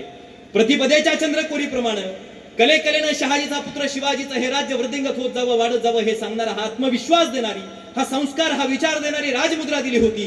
त्यागाचं, क्रांतीचं, समतेचं, वारकऱ्यांचं, या मातीचं प्रतीक असलेला दुसरा भगवा ध्वज दिला होता. दोन गोष्टी घेऊन शिवाजीराजे महाराष्ट्रात आले. जगाचा नकाशा घ्या कधीतरी, पेन उचला असा त्या नकाशावर ठेवा, एक टिंब उमटेल. एवढं छोटं दिसणारं राज्य शिवाजी महाराजांनी अहत तंजावर, तहत पेशावर, असे तो हिमाचल संपूर्ण देशाला वेढून टाकेल एवढं मोठं राज्य उभा केलं. कशाच्या बळावर केलं? हे सामर्थ्य कुठून आलं? आई बापाने दिलेला संस्कार फक्त त्यांच्या काळजामध्ये जिवंत राहिला. तो संस्कार तुम्हाला आणि मला कळणं गरजेचं आहे. डॉक्टर बाबासाहेब आंबेडकरांचं नाव आम्ही घेतो. बाबासाहेब आंबेडकरांच्या वडिलांनी काय दिलं होतं? खरं तर आज पालक किती असायला गरजेचे होते, बाप कसा असावा हे बाबासाहेबांच्या वडिलांकडून शिकणं गरजेचं आहे. अरे आईचं निधन झालं लहान वयामध्ये, बाबासाहेबांना आई नाही आहेत. वडिलांच्या लक्षात आलं, शिकलं तर पोराची उन्नती होईल, भविष्य सुधारेल. बाबासाहेब आंबेडकरांचे वडील शिक्षणासाठी बाबासाहेबांना बाहेर शहरात घेऊन आले. बाबासाहेब शिकतायत, वडील दिवस न रात्र कबाड कष्ट करतायत. संध्याकाळच्या वेळेला स्वतः रामजी बाबा स्वतःच्या हाताने जेवण बनवतात आणि लहानग्या बाबासाहेबांना भीमाला खाऊ घालतायत. बाबासाहेब जेवण करतात, अभ्यास करतात, झोपी जात आहेत. एके दिवशी बाबासाहेब आंबेडकरांना प्रश्न पडला, अरे माझा बाप न झोपतात तसाच, न खातात तसाच झोपी जातो की काय? मी एकटा जेवतो, बाप स्वतःच्या हाताने जेवण बनवतो, मला जेवायला वाटतो, मी जेवतो आणि तसाच झोपी जातो, पण माझा बाप कधी खातो? बाबासाहेबांनी हाताला पकडलं आणि जेवताना बापाला म्हटले, बाबा रामजी बाबा तुम्ही सुद्धा माझ्यासोबत जेवायला बसा. रामजी बाबांनी नकार दिला. विचारलं का? बाबासाहेबांनी भाकरीची दुरडी उघडून पाहिली, बाबासाहेबांनी ते जेवणाचं भाजीचं टोपलं उघडून पाहिलं, अन्नाचा कण सुद्धा त्यात शिल्लक नाही. बाबासाहेबांच्या डोळ्यात खळकन पाणी आलं. आपल्या बापाला मिठी मारली आणि बाबासाहेब आंबेडकर रामजी बाबाला डोळ्यात पाणी आणून म्हणतात, हो बाबा, माझ्या शिक्षणासाठी, माझ्या भविष्यासाठी, माझ्या जगण्यासाठी तुम्ही स्वतः रात्रीच्या वेळेला न झोपता तसंच स्वतःच्या पोटाला चिमटा घेऊन झोपी जाताय, उपाशी पोटी झोपताय. बाबा असं का करताय? बाबा तुमच्या पोटाची भूक भागते कशी? त्यावेळी बाप काय असतो हे प्रत्येक बापानं समजून घेतलं पाहिजे. रामजी बाबा नावाचा बाप बाबासाहेबांना सांगत होता, भीमराव भाकरीच्या तुकडानं या रामजी बाबाच्या पोटाची भूक भागणार नाही. माझा बाबासाहेब शिकून सवरून जेव्हा जगाच्या नजरा अशा आकाशाला भिडवेल, एवढा मोठा होईल, तेव्हा माझ्या काळजाला लागलेली भूक खऱ्या अर्थानं शमली जाईल. हा विचार देणारा बाप रामजी बाबा होते. हा विचार देणारा बाप रामजी बाबा होते. म्हणून बाबासाहेब आंबेडकर एवढे उंचीला पोहोचू शकले, लक्षात ठेवावं लागेल. अशा आई आणि बाप आज समाजात निर्माण होणं गरजेचं आहे. पोरांना वाटतं बाप हळवा नाहीये, बाप भावनिक नाहीये, बाप रडत नसतो, हे बऱ्याचदा लेकरांना वाटतं. इथल्या प्रत्येकाला वाटतं ना, आई रडते, आईच्या डोळ्यात पाणी असतं, बाप आम्हाला कठोरपणे समजावतो, बाप शिव्या देतो, बाप एखादी चापट मारतो, बाप रागावतो, आई किती मृदू मुलायम आहे, किती संवेदनशील आहे, पण बाप बघा कसा हळवा नाहीये, बाप कठोर आहे. पण बाप सुद्धा रडत असतो. माझ्या मित्रांनो, कधीतरी समजून घ्या, बाप रडतो असे याचं जर प्रत्यंतर पाहायचं असेल तर एखाद्या बापाच्या पुरीचं लग्न असेल तर त्या पुरीचं लग्न लावताना आल्या गेलेल्या सगळ्या पाहुण्यांच्या समोर पुढं करणारा तो बाप लेकीला सासरी लावताना, वाटा लावताना सगळे त्या लेकीच्या सोबत तिचे डोळे पुसायला असतात, पण एकटा बाप कुठल्या तरी कोपऱ्यामध्ये जाऊन स्वतःच्या डोळ्यातून गळा अश्रू ढाळत असतो. एखाद्या झाडाच्या बुंद्याला, घराच्या कोपऱ्यात बसलेला तो बाप जर कधीतरी पाहिला माझ्या मित्रांनो, तर तुमच्या लक्षात येईल बाप सुद्धा कधीतरी रडत असतो. बापाच्या सुद्धा डोळ्यात पाणी असतात, हे तुम्हाला कधीतरी कळलं. तुम्हाला वाटतं आमचा बाप एखाद्या विषयात आम्हाला कमी मार्क पडले, एखाद्या विषयामध्ये आम्ही नापास झालो की आमचा बाप आमच्यावर चिडतो, आमचा बाप आम्हाला रागावतो, आम्हाला वाटेल ते बोलतो, पाठीत धपाटा घालतो, पण कधीतरी तो बाप रडतो. त्या बापाला सुद्धा वाईट वाटतं. हे जर पाहायचं असेल तर त्या बापानं तुम्हाला धपाटा मारल्यावर, तुमच्यावर रागावल्यावर त्या बापाच्या पाठीमागे जातो. बाप भाकरीचं वाटोडं बांधतो, शेतात जातो, शेतात काबाड कष्ट करतो. त्याच्या डोक्यात दिवसभर एक विचार घोळत असतो, मी माझ्या पोराला मारलाय, आणि भाकरीचं ते टोपलं, भाकरीचं ते गाठोडं उघडतो. दुपारच्या वेळेला एखाद्या झाडाच्या बुंद्याला, आडोशाला, सावलीला बसून भाकरीचा घास घशात घालणार की त्या बापाच्या मनात प्रश्न निर्माण होतो, डोळ्यात अश्रू येतात. त्या बापाला वाटतं पोराला मारलं, पोराला चिडलो, पोरगा नापास झालं, कमी मार्क मिळाले, पण माझ्या पोराला कुठंतरी काहीतरी द्यायला मी कुठंतरी कमी पडलो असेल का, हा प्रश्न त्या बापाच्या काळजात निर्माण होत असतो. तो बाप सुद्धा रडतो. हे पाहायचं असेल तर त्या बापाकडे या दृष्टीने तुम्ही आणि मी संवेदनशीलतेने पाहिलं पाहिजे. आणि म्हणून अनिल दीक्षित नावाचे कवी असं लिहितात, बाप काय असतो. अनिल दीक्षित नावाचे कवी म्हणतात, अरे बाप म्हणजे कसा आहे. ते म्हणतात, बाप म्हणजे कसा, जसा पाण्यातला मासा, त्याच्या डोळ्यातला थेंब पोरा दिसणार कसा. पाण्यातल्या माशाच्या डोळ्यातला थेंब आम्हाला जसा दिसत नसतो, तसा बापाच्या डोळ्यातला थेंब कधी दिसत नसतो. बाप म्हणजे कसा, जसा पाण्यातला मासा, त्याच्या डोळ्यातला थेंब पोरा दिसणार कसा. अरे बाप म्हणजे काय आहे. बाप म्हणजे तलवार आहे, बाप म्हणजे ढाल आहे, बाप म्हणजे पेटती मशाल आहे. तुमचा बाप झोपतो ना म्हणून तुमचं घर खुशाल आहे. घराला खुशाली प्रदान करणाऱ्या या बापाची किंमत ज्या लेकराला कळेल, मला वाटतं ते लेकरू या समाजामध्ये खऱ्या अर्थानं, ते लेकरू या समाजामध्ये मोठं झाल्याशिवाय राहणार नाही, हे समजून घ्यायला शिका. आणि म्हणून आई आणि बाप या धर्तीवरती, या पृथ्वीच्या डोक्यावरती फक्त एकच सूर्य आहे. पण माझ्या मित्रांनो, तुमच्या डोक्यावरती आई आणि बाप नावाचे दोन सूर्य जोपर्यंत तळपतायत तोपर्यंत तुम्ही कुठल्याही अंधारामध्ये चाचपडत पडणार नाही, हे लक्षात घ्यायला शिका. आणि त्यांची किंमत करायला शिका. मी एके दिवशी एका गावाला व्याख्यान जाताना हृदय पिळवटून टाकणारी गोष्ट माझ्या लक्षात आली. गाडीची हवा संपली म्हणून हवा मारण्यासाठी एखाद्या पंक्चरच्या दुकानावरती थांबलो. एक पोरगा, मी बराच वेळचं 10-15 मिनिट उभा राहून पाहत होतो. सर 15-16 वर्षाचं, 13-14 वर्षाचं काहीतरी ते लेकरू असेल. सगळं अंग मळलेलं, घामाच्या धारा वाहतात, उन्हाळ्याचे दिवस आहेत, मोठमोठाली ट्रॅक्टरची टायर उलटी पालटी करायचा प्रयत्न करताय, गाड्याचे टायर उलटी पालटी करण्याचा प्रयत्न करताय. त्या लेकराला मी दूरवरून बऱ्याच वेळपासून पाहतोय. 15 मिनिटानंतर त्या पोराची धडपड संपली, दूर गेलं, भाकर सोडली, एका पायावरती बसलं, भाकरीचा घास गिळतोय, एका झाडाच्या पानाकडे बघत फक्त भाकरीचा घास गिळताना मी त्या लेकराला पाहिलं. मला वाटलं का हे पोरग इतकी काबाड कष्ट करत असेल एवढ्या लहान वयात. त्या लेकराच्या जवळ गेलो, मनाला पीळ पडला. पोराला विचारलं, बाळा काय करतोय, कष्ट करतोयस, आई वडील काय करतायत. त्या पोरानं उत्तर दिलं, साहेब काय सांगू, आई आणि बाप, माझे आई आणि बाप दोघं जर असते तर इथं काम करायची कदाचित वेळ माझ्यावरती आली नसती. त्या पोरासोबत माझ्या डोळ्यात पाणी आलं होतं. एखाद्या लेकरावरती ही वेळ का येऊ शकते. म्हणून मी सांगतोय परत तुम्हाला की आई आणि बाप नावाचे सूर्य ज्यावेळी तुमच्या डोक्यावरती तळपताय, जोपर्यंत तुमच्या डोक्यावरती तळपताय तोपर्यंत तुमच्यावरती ही वेळ येणार नाही. म्हणून आई आणि बापाची किंमत तुम्हाला करता येणं हे सगळ्यात जास्त गरजेचं आहे. आज पायात घालायच्या चप्पल पासून, नखाला लावायच्या पायाच्या पॉलिश पासून, डोक्याला लावायच्या केसाच्या तेलापर्यंत सगळ्या गोष्टी जर आई बाप तुमच्या हातामध्ये देत असतील आणि तुम्हाला जर देत असतील, आणि त्या आई बापाची एकच इच्छा असेल की तुमच्या स्वतःच्या भविष्यासाठी, तुम्ही स्वतःचं भविष्य घडवण्यासाठी नीट शिका, तर आम्ही त्या गोष्टी का करू नयेत हा प्रश्न कधीतरी स्वतःला विचारा. बऱ्याचदा आम्ही शाळेमध्ये नको त्या गोष्टी करतो, पाठीमागे बसतो, टिंगलटवाळी करतो, शिक्षक शिकवतात लक्ष देत नाही आम्ही, बऱ्याचदा गुरुजींना आम्ही गुरुजींची छेड काढायचा प्रयत्न काही पोरं करतात, गुरुजींवर हसण्याचा प्रयत्न करतात. त्या पोरांना असं वाटत असतं आमच्याकडे सरचं लक्ष नाही, आमच्या आईवडिलांचं लक्ष नाही, आम्ही शाळेला दांडी मारतो, बाहेरच फिरत बसतो, आईवडिलांना कळत नाही, आम्ही आईवडिलांना फसवतो, आम्ही शिक्षकांना फसवतो. पण बाळांनो, तुम्ही शिक्षकांनाही फसवत नसता, तुम्ही तुमच्या आईवडिलांनाही फसवत नसता, तुम्ही स्वतःच्या भविष्याला फसवत असता, तुम्ही स्वतःला फसवत असता. हे कधीतरी तुम्हाला समजून घ्यावं लागेल. आणि म्हणून या लोकांची किंमत करणं सगळ्यात जास्त तुम्हाला गरजेचं आहे. मला जाणीव आहे बराच वेळ झाला, शेवटचे 2 मिनिटं तुमचे घेणार आहे. वर्ग कसं निर्माण झालं पाहिजे? मोठेपणा म्हणजे फक्त पैसे कमावले, प्रचंड गडगंज संपत्ती कमावली म्हणजे मोठेपणा नसतो. मी जिथं जातो तिथं हे उदाहरण सांगत असतो. एक वडार समाजातली बाई आहे, वडार समाज प्रचंड कष्टाळू जमात आहे. एक वडार समाजातली बाई आहे, त्या बाईला 12 वर्षाचं लेकरू आहे. दगड फोडायचं काम ती बाई करते, खडी फोडायचं काम करते. एका रस्त्यावरती खडे फोडायच्या कामाला 12 वर्षाचं लेकरू सोबत घेतलंय बघा. 12 वर्षाच्या लेकराला सोबत घेतलंय, खडी फोडायच्या कामाला निघून गेली. तिच्या अंगात ताप आहे, पण तापेला फणफण ते काम होत नाही, पण पोटाची खळगी भरण्यासाठी काम करावं लागतंय. आई खडी फोडते, 12 वर्षाचं लेकरू शेजारी खेळतंय. अचानक एक लाल दिव्याची गाडी येते, लाल दिव्यातल्या गाडीतून सुटाबुटातला एक माणूस खाली उतरतो, त्या बाईच्या जवळ जातो. त्या बाईला वाटेल त्या शिव्या द्यायला लागतो, वाटेल तितकं बोलतो.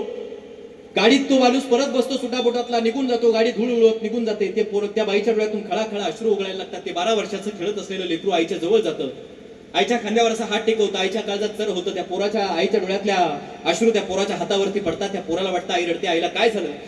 त्या पोराला कळतं या माणसानं आईला शिव्या दिल्यात. ते पोरगा आईला म्हणतं, आई ते कोण होतं? आई त्या पोराला झिडकारते, रागावते, त्याला म्हणते हो तिकडे बाजूला, तुला नाही कळायचं. ते फार मोठे साहेब असतात, त्यांना कलेक्टर म्हणतात, त्यांना कलेक्टर म्हणतात. त्या पोराला कलेक्टरचा अर्थ कळत नाही. ते पोरगा आईच्या हातातला दगड फोडायचा छन्नी आणि हातोडा हिसकावतो. एक मोठा खडक असतो, त्या खडकावरती धाव घेतं. त्या पोरगा त्या खडकावरती आईच्या हातातला छन्नी हातोडा हिसकावून त्या खडकावर घाणावर धाव घालायला लागतं. तिथं काहीतरी वाक्य कोरायला लागतं, काहीतरी अक्षर त्या खडकावरती लिहायला लागतं. आईला वाटतं पोरगा काय करतोय, काय लिहिताय? आई धावत धावत त्या लेकराच्या जवळ जाते, त्याच्या हातातला छन्नी हातोडा हिसकावण्याचा प्रयत्न करते. त्याच्या हाताला जखम होते, रक्ताची चिळकांडी उडते. जिथं त्या 12 वर्षाच्या लेकरानं काहीतरी वाक्य दगडावर घाव घालत कोरलेले असतात, तिथं रक्त शिंपलं जातं. आईला वाटतं पोरानं काय लिहिलंय. आई स्वतःचा पदर घेते, तिथं लिहिलेलं तिथलं ते सांडलेलं रक्त पुसते, त्या पोरानं काय लिहिलंय हे वाचते. आई जसं पाहते त्या पोरानं लिहिलेलं वाचते, तसं त्या आईच्या डोळ्यातून गळागळा अश्रू उघडायला लागतात. कारण त्या 12 वर्षाच्या लेकरानं लिहिलेलं असतं की आई, तुझ्या डोळ्यातून उघडणाऱ्या प्रत्येक अश्रूच्या थेंबाचा बदला घेण्यासाठी मी सुद्धा एक दिवस कलेक्टर होणारच, मी सुद्धा एक दिवस कलेक्टर होणारच. तुम्हाला सांगताना मला अभिमान वाटतोय. ही सत्य कथा आहे, ही काल्पनिक गोष्ट नाही, ही सत्य कथा आहे. याच महाराष्ट्राच्या मातीतल्या सोलापूर जिल्ह्यातल्या करमाळा तालुक्यातल्या जेऊरचं बालाजी मंजुळे नावाचं ते पोरगा आज कलेक्टर आहे. आई सोबत दगड फोडायची काम करताना त्या लेकराच्या एका डोळ्याला जखम झाली आहे, आज ते पोरग कलेक्टर आहे. आणि म्हणून आम्हाला मोठेपणा काय हे समजलं पाहिजे. ज्या लेकराला आईच्या डोळ्यातून उघडणाऱ्या अश्रूच्या थेंबाची किंमत कळाली, आणि पुन्हा सांगतोय बापाच्या फाटक्या बनियांची आणि पायांच्या भेगांची हाताच्या घट्ट्यांची किंमत कळाली, ते लेकरू आणि ते पोरग सगळ्यात मोठं झालं. हे तुम्हाला समजून घेणं मला वाटतं सगळ्यात जास्त गरजेचं असल्याचं लक्षात येत आहे. मित्रांनो, तुमच्यातल्या अनेकांना बक्षिसं मिळाली. तुम्ही इथं खाली बसलेले ज्यांना बक्षिसं मिळाली नाही त्यांनी एक गोष्ट कटाक्षाने ऑब्झर्व केली की नाही मला माहित नाही. इथं पोरं ज्यावेळी बक्षीस घ्यायला येतात, कदाचित पालक असते तर अजून त्यांच्या चेहऱ्यावरचा आनंद वाढला असता. त्या लेकरांच्या चेहऱ्यावरचा जर आनंद तुम्ही पाहिला, इथं बक्षीस घ्यायला आलेल्या किती समाधानी ते दिसतात. त्यांच्या चेहऱ्यावर तो वेगळा आनंद असतो. तो आनंद फक्त आम्हाला दिसतो आता की त्यांनी बक्षीस मिळवलं, किती समाधानी आहेत, एवढे मार्क्स पडले, किती समाधानी आहेत. पण आनंद, आम्हाला सन्मान, आम्हाला बक्षीस, पारितोषिक सुख देत असतं. पण त्या बक्षिसापर्यंत येण्यासाठीची जी प्रक्रिया असते ना, ती प्रक्रिया सुख देत नसते बरं का, ती जटिल प्रक्रिया असते. आणि म्हणून एक गोष्ट तुम्हाला लक्षात घ्यावी लागेल, फक्त आनंद दिसतो पण त्या आनंदापर्यंत पोहोचण्यासाठीची जी प्रक्रिया, ती प्रक्रिया अटळ आहे. त्या प्रक्रियेतून तुम्हाला आणि मला जावं लागेल. आम्हाला एक सवय असते पालकांना, आम्ही तुलना करतो लेकराची. त्याला बघ हे मिळालं, त्याला बघ इतके मार्क्स मिळाले, त्यानं बघ ते केलं, तू काय करू शकत नाहीस. हे पालकांनी पहिल्यांदा सोडणं मला वाटतं गरजेचं आहे. कारण लेकरांची इतरांशी तुलना करण्यापेक्षा लेकरांची स्वतःशी तुलना केली पाहिजे. ऑलिम्पिक मध्ये 36 वर्षाचा रेकॉर्ड होता. मार्क स्पिट्स नावाच्या खेळाडूने 36 वर्षापूर्वी रेकॉर्ड होता. त्याने एका ऑलिम्पिक मध्ये सगळ्यात जास्त 6 का 7 मेडल्स मिळवले होते. मायकल फिलिप्सनं 32-36 वर्षावर तो रेकॉर्ड मोडला आणि त्याला जवळपास 8 मेडल एका स्पर्धेत ऑलिम्पिकच्या मिळाले. त्याला पत्रकारांनी प्रश्न विचारला, तू मार्क स्पिट्स सोबत काय कॉम्पिटिशन केलीस, त्याचं काय अनुकरण केलंस? त्यावेळी तो मायकल फिलिप्स म्हणाला, तो किती सोनं अंगावर घालतो, त्याच्याकडे कोणता मोबाईल आहे, कपडे कसे घालतो, मी हे पाहिलं नाही. तो ते 5-6 मेडल्स मिळवण्यासाठी त्यानं किती मेहनत केली, तर तो 8 तास पोहायची प्रॅक्टिस दिवसात करायचा. मी ठरवलं मला त्याचा जर रेकॉर्ड मोडायचा असेल तर मी 12 तास एका दिवसात पोहायची प्रॅक्टिस करायचो. किती 12 तास तो पोहायची प्रॅक्टिस करायचा. आणि म्हणून यश मिळवायचं असेल तर इतरांशी तुलना करताय, तो काय कपडे घालतोय, त्याच्याकडे गाडी कोणती, तो कसा राहतो, याच्याशी तुलना करू नका.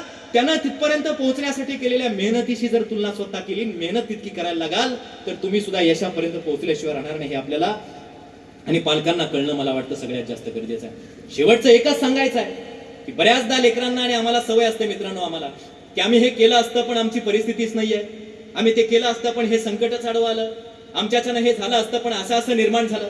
परिस्थिती आणि संकट तुमच्या आडवं कधीच येत नसतात, हे लक्षात घ्यायला शिका. संघर्ष ज्याच्या 5वीला जास्त पुजलेला त्या माणसाचं यश तितकंच जास्त ताकदीचं असतं. बऱ्याचदा आकाशात सूर्याशी स्पर्धा करायला सूर्यावरती झेपावायला निघालेल्या गरुडानं जमिनीवरून कोण काय बोलतं आणि कशी खडे मारतं याचा विचार कधी करायचा नसतो, हे आम्हाला समजून घ्यावं लागेल. आणि म्हणून संघर्ष आणि कष्ट हे प्रत्येकाच्या वाट्याला असतात. शिवाजी महाराज या महाराष्ट्रात आले बंगळुरूवरून, त्यावेळी तर किती संघर्ष त्यांच्या वाट्याला होता, कुणीच सोबत नव्हतं. प्रत्येकाला एक एक माणूस जमवत त्या सगळ्या संघर्षातून वाटचाल करावी लागली. डॉक्टर बाबासाहेब आंबेडकरांच्या वाट्याला काय आलं? बाबासाहेब आंबेडकर तर एवढे मोठे झाले, मला सांगा आम्हाला तर शाळेत बसायला मिळत आहे, एसी चकचकीत रूम बाहेर शिकायला गेलेल्या लेकरांना मिळत आहेत, वाटेल ते सगळं आम्हाला प्राप्त आहे, शाळेपर्यंत यायला गाड्या घोड्या सगळं आहे. बाबासाहेब आंबेडकरांना तर पोतं सोबत घेऊन यावं लागायचं, पिशवीत पोतं घ्यायचं, पोतं सोबत घेऊन यायचं, उंबऱ्याच्या बाहेर टाकायचं, वर्गाच्या आत बसू दिलं जात नसायचं. उत्तरं सगळ्या प्रश्नाची येत आहेत, फळ्यावरती गणित सोडवायला येत आहे, एकाही पोराला गणित यायचं नसायचं, पण बाबासाहेबांना गणित सोडू दिलं जात नसायचं, उंबऱ्याच्या बाहेर बाबासाहेब आंबेडकरांना बसवलं जायचं. ही परिस्थिती त्यांच्या वाट्याला आहे, तरी सुद्धा त्या परिस्थितीतून त्यांनी मार्ग काढलाच, त्या संकटातून ते गेले. एके दिवशी त्यावेळी इंग्रजांचं शासन आमच्या देशामध्ये होतं आणि इन्स्पेक्शनला अशा शाळेत एके दिवशी बाबासाहेब आंबेडकर ज्या शाळेत शिकतायत तिथे इन्स्पेक्शनसाठी एके दिवशी सर इंग्रज अधिकारी आले. आलेल्या इंग्रज अधिकाऱ्यांनी शाळेची झाडाझडती घेतली. वर्गाच्या आत सगळे पोरं बसलेले आहेत, उंबऱ्याच्या बाहेर बाबासाहेब आंबेडकर बसलेले आहेत. वर्गाच्या आतल्या एकाही पोराला प्रश्नाचं उत्तर येत नाही आणि उंबऱ्याच्या बाहेर बसलेल्या बाबासाहेबांनी असा हात वरती करायचा आणि सगळ्या प्रश्नाची उत्तरे एकटे बाबासाहेब आंबेडकर द्यायचे. इंग्रज अधिकाऱ्यांनी बाबासाहेबांची पाठ थोपटली आणि बाबासाहेबांना म्हणाले, बाळा उंबऱ्याच्या बाहेर का बसलास? त्या लहान 5वीच्या वर्गातल्या बाबासाहेबांच्या डोळ्यात पाणी आलं आणि म्हणाले, परिस्थितीनं या देशातल्या व्यवस्थेनं मला उंबऱ्याच्या बाहेर बसवलं साहेब. मला माहित नाही माझी चूक काय आहे, माझी परिस्थिती काय आहे, पण त्या परिस्थितीच्या छाताडावर पाय देण्याचं सामर्थ्य माझ्या बापानं माझ्यात निर्माण केलंय, हे बाबासाहेबांनी ठणकावून सांगितलं. इंग्रजांना अभिमान वाटला त्या लेकराचा, म्हणाले या शाळेची लाज एकट्या पोरानं वाचवली आहे. आणि बाबासाहेबांना इंग्रज अधिकाऱ्यांनी प्रश्न विचारला, 5वीच्या वर्गातल्या बाबासाहेबांना म्हणाले, बाळा सगळ्या प्रश्नाची उत्तरे दिलीस, आता शेवटचा एक प्रश्न विचारतो, सांग बिवा. म्हणाले, या पृथ्वीपासून सगळ्यात दूरचा ग्रह कोणता? आणि बाबासाहेबांनी मान खाली घातली आणि डोळ्यात पाणी आणून बाबासाहेब म्हणाले, साहेब माफ करा, या पृथ्वीपासून सगळ्यात दूरचा ग्रह कोणता आहे मला माहित नाही, कारण माझ्यासाठी सगळ्यात दूरचा ग्रह वर्गाच्या कोपऱ्यामध्ये ठेवलेला पाण्याचा माठ हा माझ्यासाठी सगळ्यात दूरचा ग्रह आहे.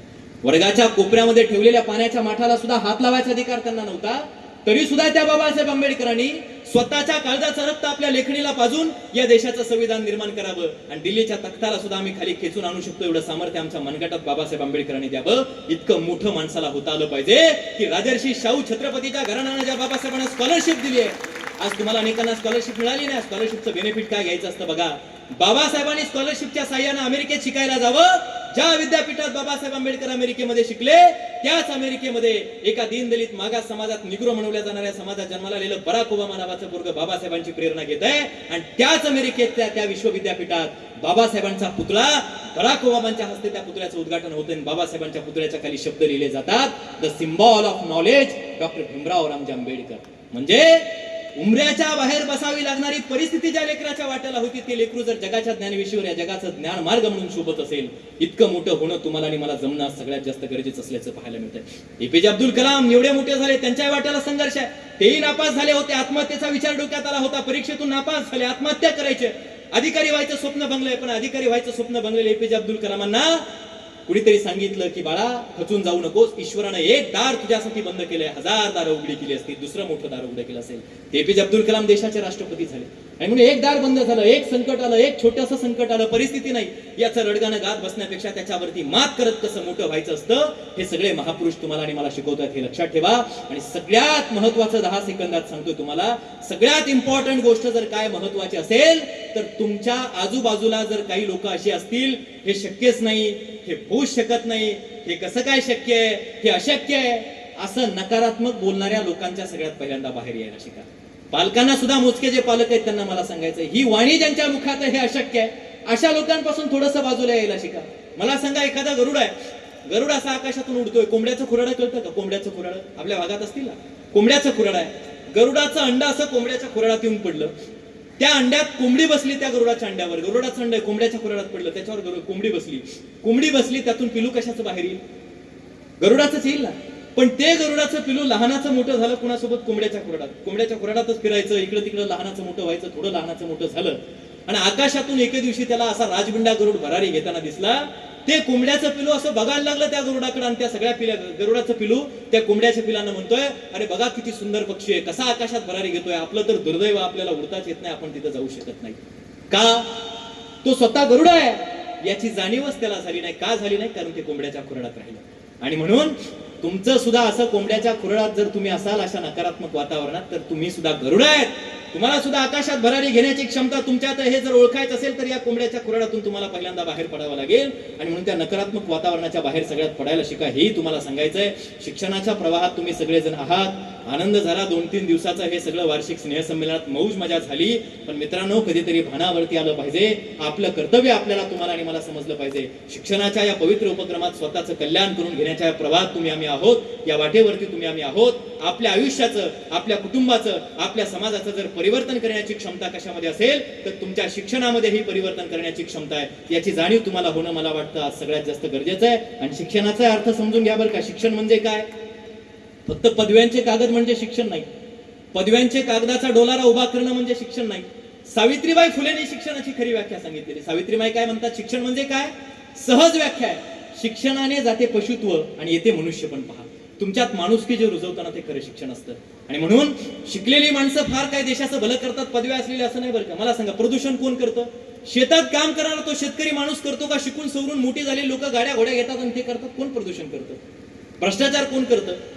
शिकून सवरून मोठी झालेले अधिकारी भ्रष्टाचार करतात ना. म्हणून शिकलेलीच फार भलं करतात असं नाही. म्हणून शिक्षणाचा खरा अर्थ तुम्हाला आज कळणं मला वाटतं सगळ्यात जास्त गरजेचं असल्याचं आपल्या लक्षात यायला लागतं. तुमच्या शिक्षणानं तुमच्यामध्ये जर काय रुजवलं पाहिजे, कितीही मोठे झालात, माय माती आणि माणुसकीला कदापि लेकरांनो, माझ्या मित्रांनो, विसरू नका.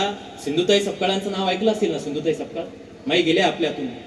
शिकलेली बाई नाहीये, पण हजारो अनाथ लेकरांची आई होण्याचं काम त्या सिंधुताईंनी केलं. त्या सिंधुताईंच्या आश्रमात मी गेलो होतो एके दिवशी त्यांना भेटायला. अशी त्यांच्या सोबत लोक आहेत, सगळे लोक पांगू दिली. मी तुमच्यासारखाच होतो. आणि मग अशा पटांगणात सिंधुताई एकट्या दिसल्या. जवळ गेलो, म्हटलं माई, इथून तुम्ही अमेरिकेपर्यंत गेलात, नाटीतली नऊवारीतली एक बाई तिथे जाऊन भाषण केलं. मला सुद्धा तुमचा एखादा प्रेरक विचार सांगा ना. या मातीतून तुम्ही एवढं मोठं विश्व उभा केलंय. सिंधुताई अशा थांबल्यात आणि पाठीमागा असे हात दुमडले, चालायला लागले. असंच मैदान होतं पटांगण मातीचं. मी त्यांच्यासोबत चालायला लागलो. चालत चालत सिंधुताई अशा पुढे गेल्या आणि पटकन अशा जमिनीत खाली बसल्या. मी सुद्धा सिंधुताईंच्या सोबत जमिनीत असा पटकन खाली बसलो. लगेच त्या ताटकन उभा राहिल्या. मी सुद्धा सिंधुताईंच्या सोबत ताटकन उभा राहिलो. पण उभा राहिल्याबरोबर मी एक काम केलं. माझ्या जीन्स पॅन्टला लागलेली धूळ अशी झटकली. सिंधुताईंनी तेवढंच पाहिलं आणि मला म्हणाल्या, बाळा, अरे ज्या मातीतून मी माझं विश्व उभा केलंय त्या मातीचं ओझं जर तुझ्या आजच्या आधुनिक काळातल्या जीन्स पॅन्टला झेपत नसेल तर माझ्या विचारांचं ओझं तुला नेमकं काय झेपणार आहे? हा विचार आपण समजून घेतला पाहिजे. आणि म्हणून किती मोठे व्हा, किती प्रगती करा आयुष्यात, किती मोठे व्हा, तुमच्या या मातीशी तुमची असलेली नाळ कदापि तुम्ही विसरता कामा नये, हे लक्षात ठेवायला शिका. या मातीत ही वर्गखोली, इथला हा बेंच, इथली ही परिस्थिती, हे सराउंडिंग, या वातावरणाने तुमच्यावरती तो संस्कार केला, तुमच्यावरती तो विचार केला. तो विचार घेऊन तुम्ही तुमच्या आयुष्यात प्रगती करताय. तो जपता येणं तुम्हाला आज सगळ्यात जास्त गरजेचं आहे. हे लक्षात घ्यायला शिका. वेगवेगळे शैक्षणिक प्रवाह आहेत. कुणीतरी MBBS ला जातंय म्हणून सगळ्यांनीच MBBS करायचं नसतं. कुणीतरी इंजिनिअरिंग करताय म्हणून सगळ्यांनीच इंजिनिअरिंग करायचं नसतं. आज असंख्य क्षेत्र तुम्हाला खुणावतायत. त्या नव्या नव्या क्षेत्रात तुम्हाला भरारी घेता येणं गरजेचं आहे. एका हनुमंतराव गायकवाड नावाच्या माणसाला लोकांनी चिडवलं. त्याला स्वच्छता करायची सवय होती. लोकांची घरदारं स्वच्छ करून द्यायचा, पैसे कमवायचा. स्वच्छतेची प्रचंड आवड. लोक म्हणायची काय करतोय, तर हे काम करतोय. त्यानं त्याच्या स्वच्छता करायच्या, झाडलोट करायच्या, स्वच्छता करायच्या कलेचा विकास केला. तेवढ्या एका कलेचा विकास केला. आज त्याने एक ग्रुप स्थापन केलाय. त्या ग्रुपवरती या देशातल्या किमान 10 ते 20 हजार लोकांना त्याच्या हाताखाली काम आहे. मंत्रालय स्वच्छतेचे कॉन्ट्रॅक्ट त्याला मिळत आहेत. देशाच्या संसदेच्या स्वच्छतेचे कॉन्ट्रॅक्ट त्याला मिळत आहेत. तो हबीब नावाचा पोरगा पुण्यातला, लोकांची केस कापून द्यायचा. त्याला त्याच्या समाजातली लोक हसायची. त्यानं स्वतःच्या केस कापायच्या कलेचा विकास केला. आज पुण्यात जर जाऊन पाहिलं तर शेकडो शाखा त्याच्या केस करताना लयाच्या शाखा असल्याच्या पाहायला मिळतात. आणि म्हणून तुमच्यात काय कला आहे, त्या कलेचा विकास तुमच्या शिक्षणातून होता येणं, तो करणं आणि त्या दृष्टीने तुम्ही स्वतःची प्रगती करणं, हे मला वाटतं तुम्हाला सगळ्यांना सांगणं सगळ्यात जास्त गरजेचं आहे. म्हणून ती माय माती माणुसकीला विसरू नका. माणुसकी कायम अंतःकरणामध्ये रुजवा. किती मोठे झालात, पोटाची खळगी भरली, हाताची उंजळ भरली तर थांबायला शिका. कोविड मध्ये आम्ही पाहिलंय, माणसं एका श्वासासाठी स्वतःचा जीव देत होती. ज्यांच्या पोटावर हात आहेत अशी लोक चंद्रावर घरं बांधायची स्वप्न पाहत होती. पण हातावरती पोट असलेली लोक चंद्राच्या कोरी एवढ्या भाकरीसाठी संघर्ष करत असल्याची तुम्ही आणि मी त्या कोविडच्या परिस्थितीत पाहिली. आणि म्हणून माणुसकीनं चालणं आज तुमचं माझं गरजेचं आहे. आमच्या मातीची परंपरा, वारकऱ्यांची परंपरा आहे. तुम्ही जे सादरीकरण इथं नृत्याचं केलं त्यातून तुमच्यातल्या वारकरी विचारांचा अंश या ठिकाणी प्रदर्शित झालाय. आणि आमची ही परंपरा, आमचा हा संस्कार आम्हाला हे सांगतोय, आमच्या ताटात जर एक भाकरी असेल, आपली भाकरी आपण खाणं ही आपली प्रवृत्ती आहे. ताटातली आपली भाकरी खाऊन लोकांची हिसकावणं ही विकृती आहे. पण आपल्यातली अर्धी भाकरी खायची आणि अर्धी एखाद्या भुकेल्या माणसाच्या मुखात घालायची ही आमची खरी संस्कृती आहे. या संस्कृतीचं जतन तुम्ही सर्वजण कराल, त्या दिशेनं तुम्ही सर्वजण मार्गक्रमण कराल. एवढंच या कार्यक्रमाच्या निमित्तानं तुम्हा सगळ्यांना आज आवर्जून या कार्यक्रमाच्या निमित्तानं सांगणं मी अतिशय महत्वाचं समजतो. देशासाठी, समाजासाठी कार्य करा. समाजासाठी, देशासाठी काम करणं म्हणजे मोठा पर्वत उचलणं नसतं. विद्यार्थी म्हणून ज्ञान घेण्याचं काम प्रामाणिकपणे करणं म्हणजे आपल्या वाट्याचा देश घडवणं आहे. शिक्षक म्हणून शिक्षण देण्याचं काम प्रामाणिकपणे करणं म्हणजे तुमच्या वाट्याचा देश घडवणं आहे. डॉक्टर म्हणून रुग्णसेवा उत्तमपणे पार पाडणं म्हणजे त्यांच्या वाट्याचा देश घडवणं आहे. हा प्रत्येकानं आपापलं कर्तव्य प्रामाणिकपणे पार पाडत आपल्या वाट्याचा देश घडवण्याची कृती करावी. एवढंच या कार्यक्रमाच्या निमित्तानं तुम्हाला सांगेल. बराच वेळ झालाय. तुम्हा सगळ्यांचं परत परत मिळालेल्या बक्षिसांबद्दल अभिनंदन करतो. शेजारच्याच गेवराई सारख्या तालुक्यातला माझ्यासारखा तरुण, गेवराईची हद्द संपली आणि हा नगर जिल्हा, अहिल्यानगर जिल्ह्याची ही हद्द सुरू झाली की शिक्षणाची ही जी परंपरा तुम्ही अतिशय उज्ज्वल पद्धतीनं कायम केली आहे. कर्मवीर भाऊराव पाटलांचा स्पर्श जरी या मातीला झाला नसला तर प्रतिकर्मवीर भाऊराव पाटील आदरणीय आबासाहेबजी काकडे साहेबांच्या रूपानं या मातीत अवतीर्ण झाले आणि तुमच्या आमच्या आयुष्याचं सोनं करण्याचं काम या शिक्षणाच्या माध्यमातून या माणसानं केलंय. त्यांच्या चरणी आज मी या कार्यक्रमाच्या निमित्तानं मनापासून या ठिकाणी अभिवादन या ठिकाणी करतो. सरांची इच्छा आहे की माझं वैयक्तिक मी वक्तृत्वाच्या क्षेत्रात आणि तुम्हा सगळ्यांशी बोलण्याच्या क्षेत्रात कसं आलो हे एका 10 सेकंदात तुम्हाला फक्त 10 सेकंदात सांगणार आहे. 10 सेकंद तुमचे वेळ घेतोय. तुमच्यासारखाच महाविद्यालयीन जीवनात जगणारा मी विद्यार्थी. आपण तरी आता इथं शाळेत येत असताना मोठमोठ्या गाड्या घोड्या घेऊन तुम्हाला इथपर्यंत प्रवास करता येत असेल, पण 5 किलोमीटर शाळेत जाण्यासाठी तुम्हाला कदाचित हे खोटं वाटेल, पण 5 किलोमीटरचा प्रवास एखाद्या तुटलेल्या सायकलनं, आणि ती सायकल सुद्धा आमच्या 2 पिढ्यापूर्वीची सायकल, त्या सायकलवरती प्रवास करून शाळेपर्यंत जावं लागायचं. सायकल तुटल्यानंतर पायी शाळेपर्यंत जावं लागणाऱ्या परिस्थितीतून घडलेला माझ्यासारखा एखादा विद्यार्थी माझ्या आयुष्याचं सोनं कशा माध्यमातून होऊ शकतं हे तुम्हाला सांगायचंय. मी मगाशी ज्या गोष्टीला सांगितलं, संधी पकडता आली पाहिजे. चोर पावलाने येत असते, ती संधी ज्याला पकडता येते त्याचं सोनं होतं. मी महाविद्यालयीन शाळेत जीवनात असताना प्रामाणिकपणे ज्या लेकराला परिस्थितीची जाणीव होते ना सर, ते लेकरू मग चुकीच्या मार्गाला जात नाही. तशी परिस्थितीची जाणीव मला झाली. शिक्षणाचं काम प्रामाणिकपणे मी पार पाडत राहिलो, शिक्षण घेण्याचं काम प्रामाणिकपणे पार पाडत राहिलो. आज तुम्ही पाहिलं अनेक विद्यार्थी कुणी डान्स करताय, कुणी कला प्रकारात आहेत. तसं महाविद्यालयीन जीवनात गेल्यानंतर राज्यात हजारो वक्तृत्व स्पर्धा दरवर्षी होतात, हजारो वक्तृत्व स्पर्धा. त्या वक्तृत्व स्पर्धेत मी सहभागी व्हायचो. मिळालेली पारितोषिकांचे जे पैसे आहेत त्या पैशातून मी माझं आतापर्यंत सगळं शिक्षण PhD पर्यंत मिळालेल्या पारितोषिकांच्या स्पर्धेतून पूर्ण केलंय. तब्बल 400 ते 500 राज्यस्तरावरच्या वक्तृत्व स्पर्धांतून पारितोषिकं मला मिळवता आली. शाळेमध्ये पायी प्रवास करून जाणारा माझ्यासारख्या बीड सारख्या एखाद्या, आमचा बीड जिल्हा नको त्या गोष्टीसाठी ओळखला जातो, पण बीडमध्ये चांगलं सुद्धा हे कधीतरी लोकांना समजलं पाहिजे. बीडमध्ये चांगलं पण सुद्धा हे कधीतरी समजलं पाहिजे. शाळेपर्यंत पायी प्रवास करत जाणारा माझ्यासारखा पोरगा अगदी 1.5 वर्षापूर्वी या देशाच्या संसदेनं स्वतंत्र पत्र पाठवून विमानाची व्यवस्था करून छत्रपती संभाजीनगरवरून दिल्लीपर्यंत प्रवास करत विमानाची व्यवस्था करून दिल्लीच्या संसदेमध्ये 3 दिवस बसून संसदेचं कामकाज कसं चालतं, राजशिष्टाचार कसा सांभाळायचा असतो आणि राजशिष्टाचार कसा प्राप्त करून घ्यायचा असतो, ते महाराष्ट्राचं नेतृत्व दिल्लीमध्ये करण्याची संधी मला त्या ठिकाणी प्राप्त झाली आहे. हे सगळं का झालं तर हे सगळं होण्यापाठीमागचं कारण वाचन आहे. वक्तृत्व हे काय आहे, भाषण हे काय आहे, तर नरहर कुरुंदकर म्हणायचे, वाचन नावाच्या भल्या मोठ्या वृक्षाला लगडलेलं सुंदरसं फूल म्हणजे वक्तृत्व आहे, सुंदरसं फूल म्हणजे भाषण आहे. आणि म्हणून वक्तृत्व कलेची सुरुवात आणि वक्तृत्व कलेची भाषण करण्याची किमया जर साध्य करायची असेल तर वाचन आणि श्रवण सगळ्यात जास्त गरजेचं आहे. उत्तम तानसेन होण्यासाठी उत्तम कानसेन व्हावं लागतं, लोकांचं ऐकण्याची क्षमता निर्माण करावी लागते. आणि म्हणून तुमच्यातल्या त्या सुप्त क्षमता तुम्ही निर्माण करणं, मला वाटतं तुम्ही स्वतः त्या घडवणं, ते स्किल, ते कौशल्य स्वतःतलं ओळखणं आणि त्या दिशेनं मार्गक्रमण करणं, मला वाटतं हे सगळ्यात जास्त गरजेचं आहे. हे सगळं करत असताना मी तेच परत सांगतोय की कुठलंही काम तुम्ही करत असाल, कुठलीही कला तुमच्यामध्ये असेल तर त्या कलेतलं सर्वोत्तम होण्याची लालसा तुमच्या अंतःकरणात निर्माण होणं गरजेचं आहे. शॉर्टकटनं कधी जायचं नाही. वशिला लावायचा, हे करायचं ते करायचं, ह्या सवयी कधीतरी आपल्याला बंद झाल्या पाहिजेत आणि प्रामाणिकपणे त्या गोष्टीला प्राप्त करण्यासाठीची धडपड, ध्येय धुंदपणा तुमच्यात जर निर्माण झाला तर आपोआप तुम्ही त्या गोष्टीपर्यंत पोहोचता. एवढंच या निमित्तानं तुम्हाला मी सांगेल. आदरणीय अरुणजी वावरे सर यांची तुम्हा सगळ्यांच्या प्रति बाळांनो प्रचंड तळमळ आहे. ग्राउंडवरती काम करणारा हा माणूस आहे. फील्डवरती काम करणारा हा माणूस आहे. एवढे तळमळीचे प्राचार्य, हे सगळे शिक्षक गण, म्हणजे संस्थांमध्ये भरती होताना बऱ्याचदा वेगवेगळे पायंडे आहेत, पण तुमच्या संस्थेत हे सगळे अतिशय पारदर्शक प्रक्रियेतून आलेल्या या सगळ्या शिक्षकांच्या हाताखाली तुम्ही शिक्षण घेतायत. तुम्ही खरंच भाग्यवान आहेत. तुमच्या या समाजाचं, या इथल्या वातावरणाचं उद्याचं भविष्य प्रचंड उज्ज्वल आहे, हे या कार्यक्रमाच्या निमित्तानं मला या ठिकाणी दिसतंय. तुमचं आणि तुमच्या गुरुजनांचं सगळ्यांचं मनापासून अभिनंदन मी परत परत या कार्यक्रमाच्या निमित्तानं करतो. तुमचंही मनापासून अभिनंदन करतो. मला बोलावलं, माझ्यासारख्या तरुणाचा यथोचित सन्मान तुम्ही या ठिकाणी केला, त्याबद्दल तुमचं अंतःकरणापासून आभार व्यक्त करतो. आणि शेवटी फक्त एवढंच या कार्यक्रमाच्या निमित्तानं म्हणेल की सत्य सुंदर मंगलाची नित्य हो आराधना, दुःखिताचे दुःख जाओ ही मनाची कामना, भेद सारे मावळू द्या, वैर साऱ्या वासना, मानवाच्या एकतेची पूर्ण हो कल्पना. ही सुसज्ज सुंदर वाट पूर्ण करण्यासाठी त्या प्रवाहात तुम्ही आम्ही चालत राहू.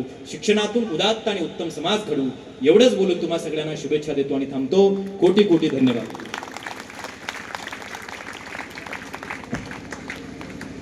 धन्यवाद सर. आपण अगदी 1.5 तास आम्हा सर्व विद्यार्थ्यांना आपल्या उगवत्या भाषेमध्ये मनमोहून टाकलेला आहे. कुठलाही विद्यार्थी